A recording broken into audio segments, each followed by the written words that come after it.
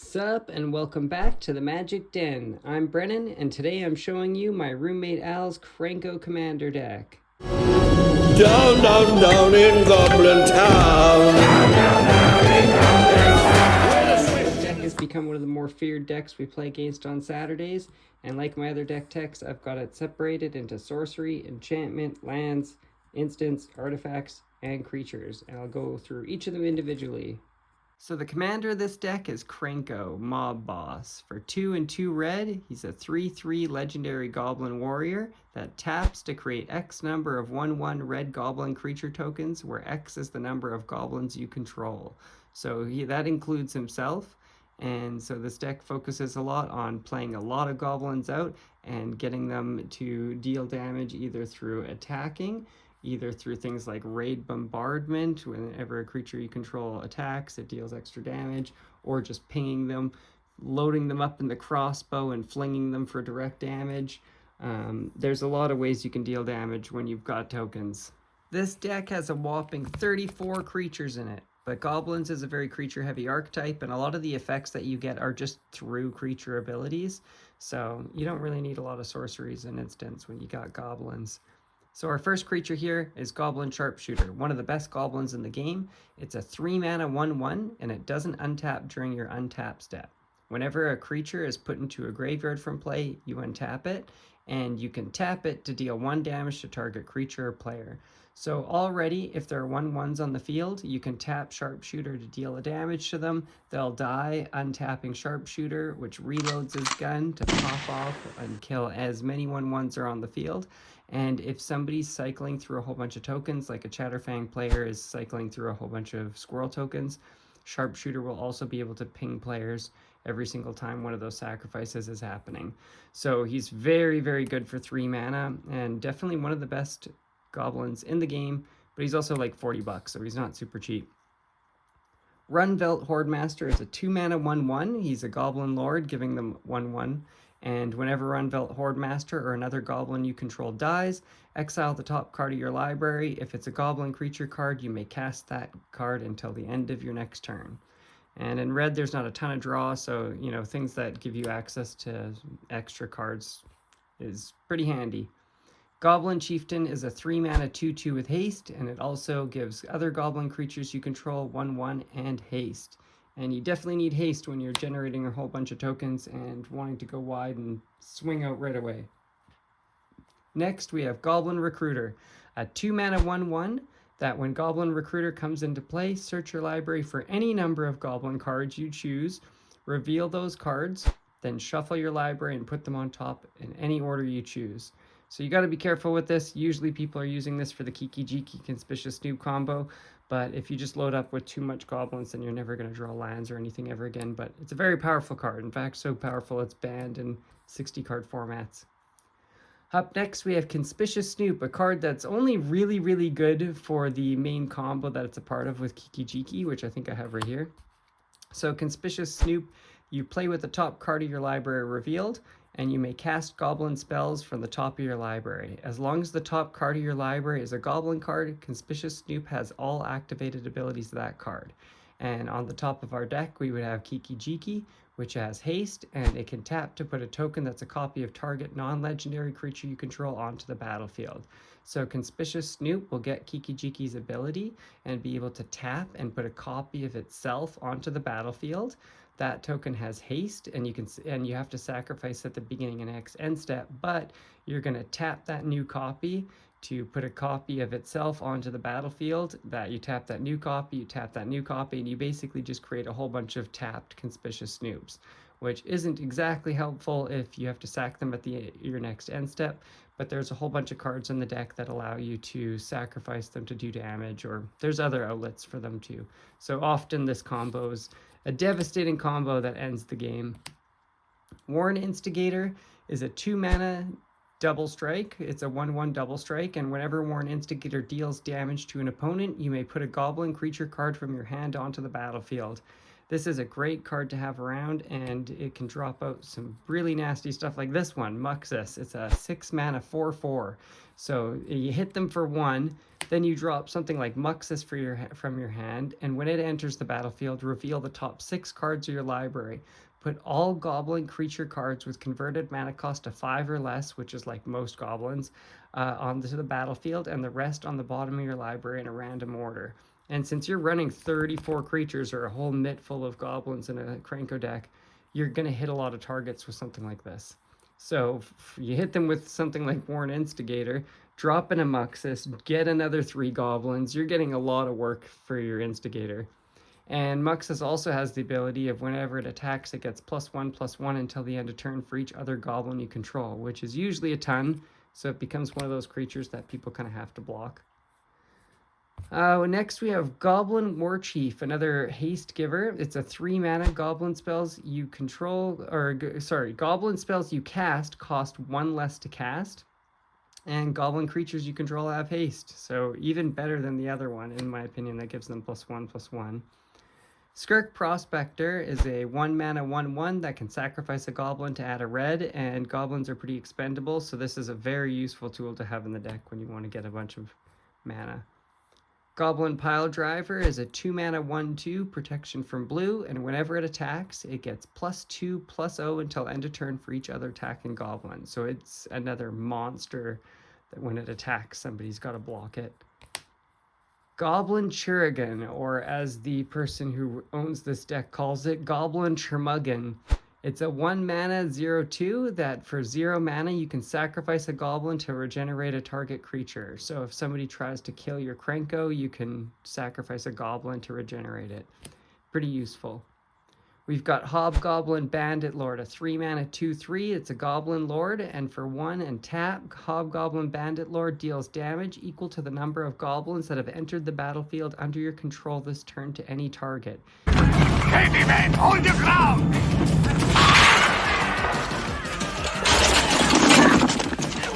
Okay, I take it back! Run for your life! For 1 red mana, you're going to tap this and just deal a ton of damage to somebody. Or you can even deal it to any target, so it becomes creature removal too. General Crete. General Crete is an awesome card that just came out somewhat recently. Whenever 1 or more goblins you control attack, create a 1/1 red goblin creature token that's tapped and attacking. And whenever another creature you control enters General Crete, the Bolt Bringer deals 1 damage to each opponent. So it basically becomes one of those ping cards like Raid Bombardment and Goblin Bombardment. So just an extra one in your deck. It's a little easier for them to remove because it's a creature, but it's still fantastic to have around. Grenzo, Havoc Razor. It's a 2 mana 2/2. Whenever a creature you control deals combat damage to a player, choose 1. Goad target creature that player controls. Exile the top card of that player's library. Until the end of turn, you may cast that card, and you may spend mana as though it were any mana of any color to cast that spell. Which is kind of neat because it allows you to cast some spells you normally wouldn't be able to in a goblin deck. We've got Krenko, Tin Street Kingpin, the not as good Krenko. Whenever Krenko, Tin Street Kingpin attacks, put a 1/1 counter on it, and then create a number of 1/1 red goblin creature tokens equal to Krenko's power, which can get pretty big pretty fast, so it can start generating a bunch of tokens pretty quickly. We've got Goblin Gardener. Now, there is some stuff in this deck that is not necessarily conducive to nice playing. And this is one of those cards. It's a 4 mana 2/1. When Goblin Gardener is put into a graveyard from play, destroy target land. It's not really a fantastic card. It's only in there to do asshole things. 1 mana Goblin Motivator. Tap, target creature gains haste until end of turn. This is when you don't have a haste giver and you just really need to give that Krenko a haste.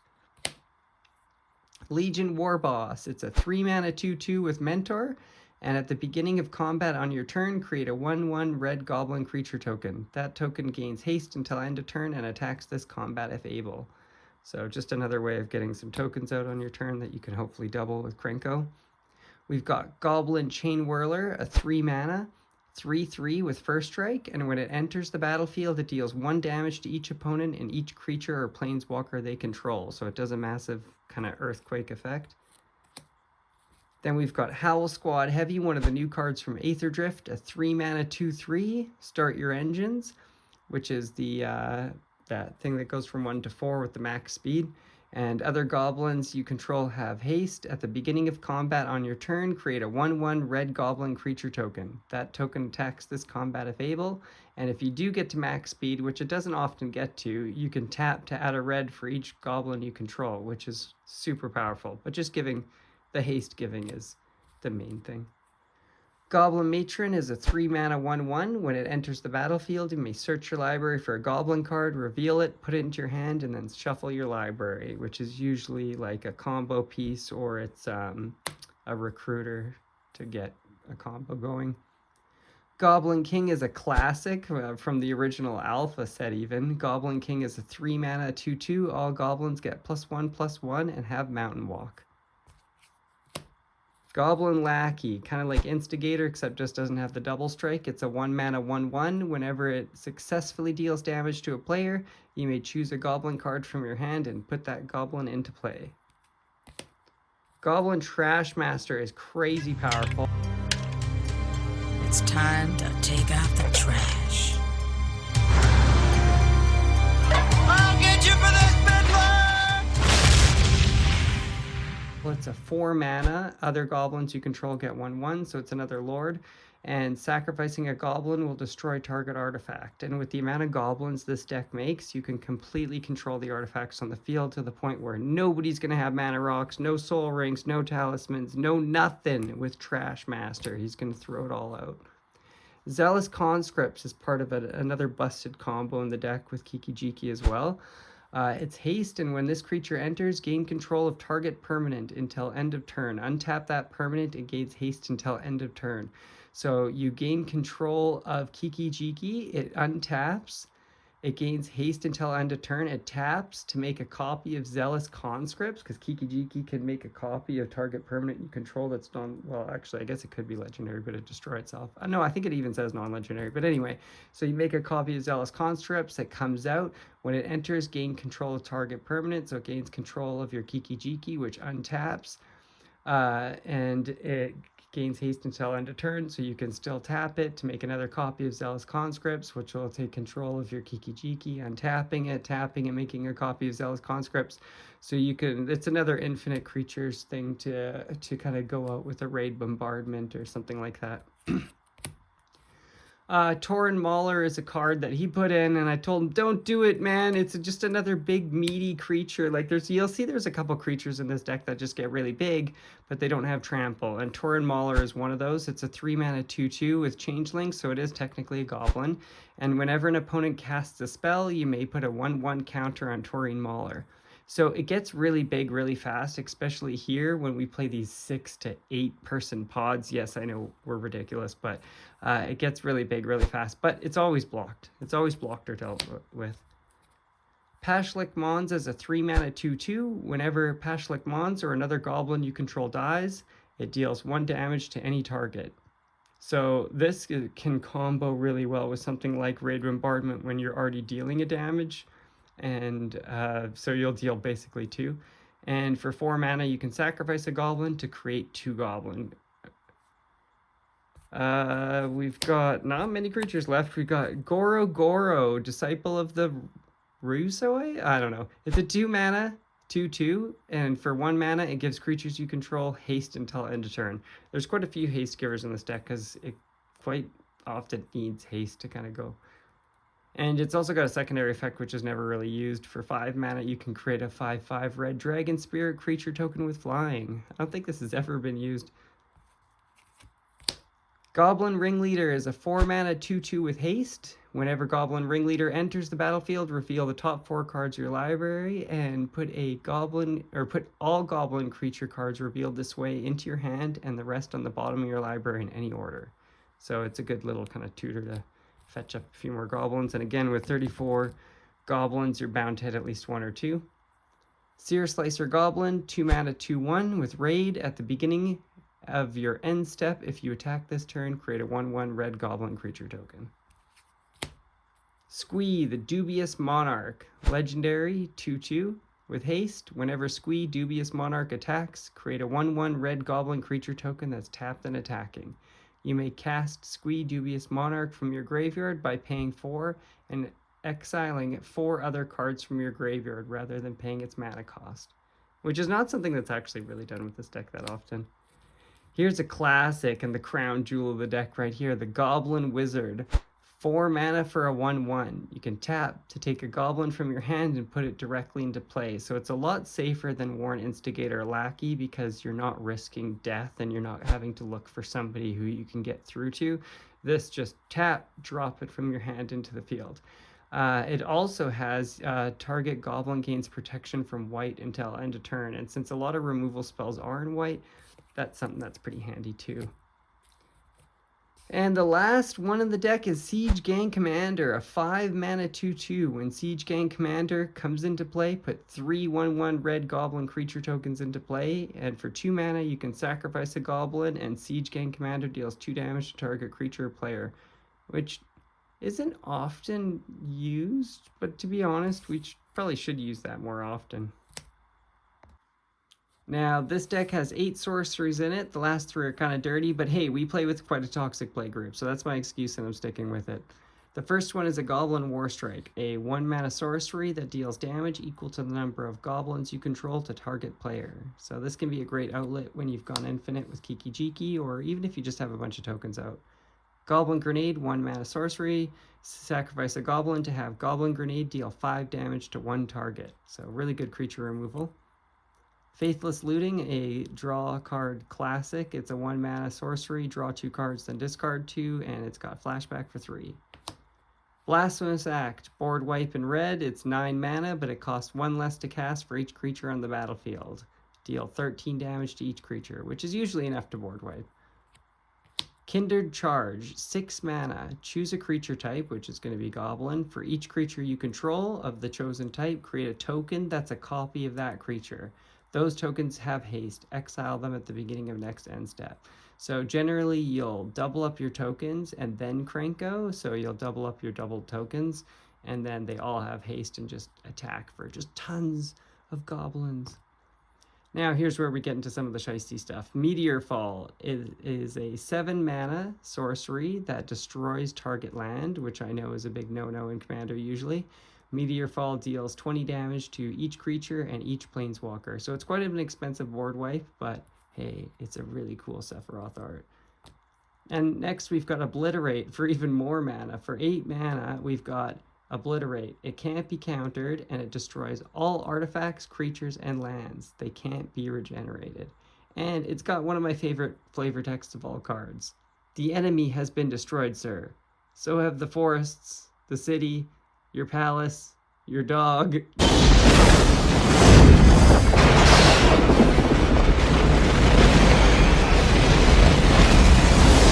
Just everything got obliterated. But yeah, when this comes out, it's usually just a mass scoop, especially when we're playing with like 5 or 6 people. So yeah, nobody really likes to see this card, but it's hilarious every time it's played.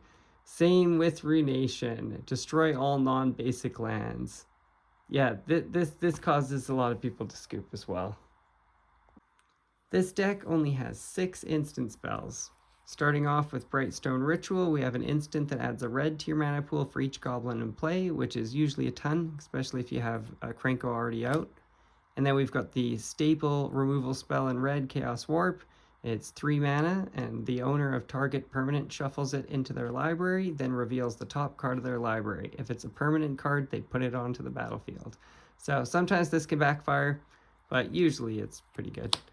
Trade. Battle Hymn is 2 mana, adds a red to your mana pool for each creature you control, so not as good as Brightstone Ritual for goblins, but it's a little bit more versatile. But in this deck, just Brightstone Ritual is better.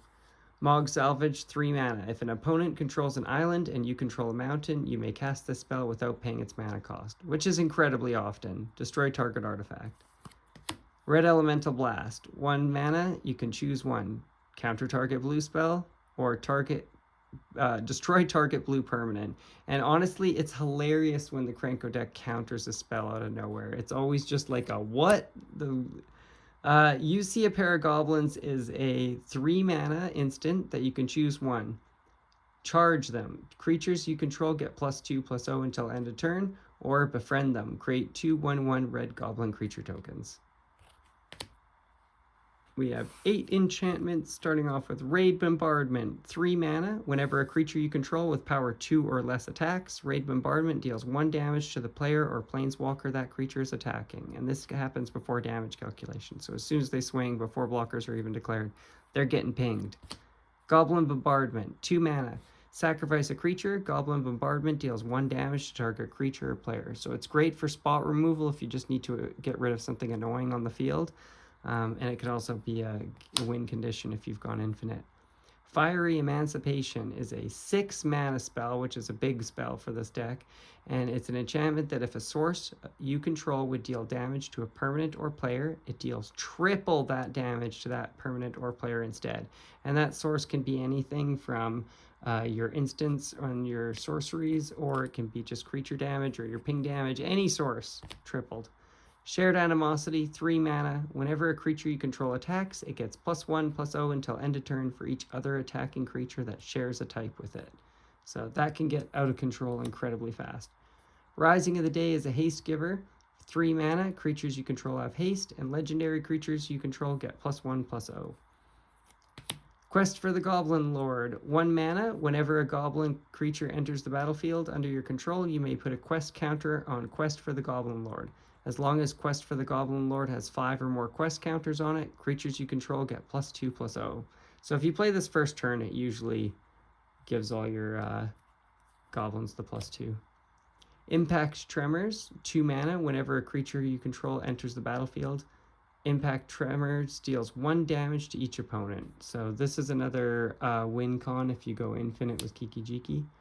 Blood Moon, 3 mana. This card's another dirty card. 3 mana. Non-basic lands are mountains. This deck has 10 artifacts in it. All of them are either mana rocks or draw cards, except for Coat of Arms. Starting with Vanquisher's Banner, we've got 5 mana. As it enters the battlefield, choose a creature type. Creatures you control of the chosen type get +1/+1, and whenever you cast a creature of the chosen type, draw a card. So you won't get that off token generation, but... Cage Sun, 6 mana. As it enters, choose a color. Creatures you control of the chosen color get +1/+1, and whenever a land's ability adds 1 or more mana of the chosen color to your mana pool, add 1 additional mana of that color. So it immediately doubles all your red mana.